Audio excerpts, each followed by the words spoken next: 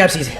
Kanaaf akkuma obboleessi biyya jee ani xiinxalaa siyaasaati gattaa'ee hoggaan xiinxalatti gattaa'u jarattiin tuni ka dheengadda akka hin jiraanii ofirraa gabbuufne ka muka itti cirree harka kennisiifne akka nu kabajanii fi maqaa kennas nu beekan goone maaliif as dhufan ka jee waggaa laallu isaan laaluu osoo hin ta'in of laalutti hin seene jechuudha. Kunis maali? Biyya tuffatanii harreen garmaaman jedhanii. Wanni waadhaan harreen garmaamtee maqama keenya irree nurraa mulquu barbaadduuf nu tuffattee ta'uu hin arge jechuudha. Maal nu tuffatan hoggaa jennu tokko nu wal qoqqoodee qilleensa of keessa naqne. Lama humnatee nan laaffatee hin darroomne jechuudha. Nama darrayaa immoo jeedalilleen hilleettilleen itti tattaafatti jechuudha. Kanaaf warra Habashaa qofa osoo hin ta'in namoonni ollaa keenya jiranii fi wajjin jiraatan hedduun zaman asaanaa kana gama Wallaggaatiin haa taatu, gama Harargeetiin haa taatu, gama Arsiitiin haa taatu qottee uummata keenya irra gahaa jiru quba qabdan.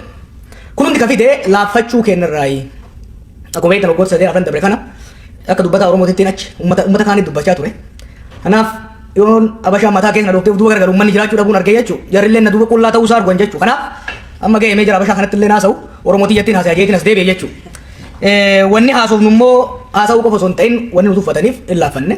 Kanaaf jarri akka nu kabaju godhuuf uummata kabajame ta'uu qabna jechuudha. Uummata kabajame ta'uuf uummata humna qabu ta'uu qabna. Kanaaf Oromoo humneessuu qabna jennee sochoonu. Material assistance yookiin immoo deeggarsa leechalloo godhuu dandeenya. Kalammataa advocacy hoggaa jennu sagalee uummata keenya kaachuu kaanfame roorroo uummata keenya irra jechuu saamina uummata keenya irra ga'u uummanummaan achi jiru jiru akka wal dhagahu godhuu irratti advocacy'n barbaachisaadha. Kala sadaffaa dippiloomaasii.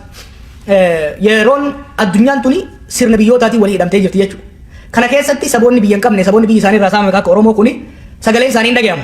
Sagaleen isaanii akka biyya ta'anii sagaleen isaanii dhagayamutti numa warra as jiru kanatu dantaan Oromoo maali? Oromoon maali? Garam deemuu barbaada? Eessa jira ka ja'u san mootummoota gurguddoo addunyaa tana funyaan qabanii deemanii nu hubachiisu dantaan teennaaf isaanii ta'u walitti buutu osoo hin taane ta'u waliin suduu dandeemuu dandeessu ta'uu agarsiisu humna jabaa akka qabnuu fi warra biyya saamurra nuti warra biyya jaaree nagaya buusuu danda'u ta'uu keenya agarsiisuu danda'uu qabna.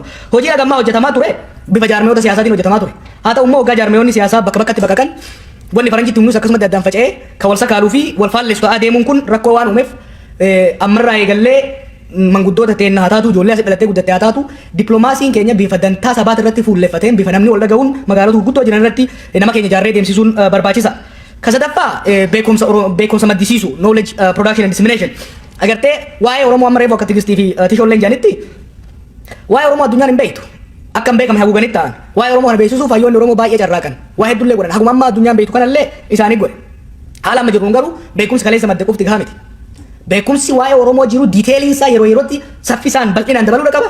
Qulqullina immoo kwaalitiin isaallee dabaluu qaba jechuudha. Keessattuu isin warri kaa'imman taatan warri afaan Ingiliziin akka gaarii barreessuu dandeettan warri sooshaal saayinsii barachuu hin qabdu. Injiinar ta'uu dandeessa, faarmaasistii ta'uu dandeessa. Waa'ee Oromoo barreessuu yoo dadhabdan immoo afaan akka tishoo saniin waraabdanii yuutuubii irra godhuun alagaan akka nu beeku namni keenyallee akka nu beeku gargaara jechuudha.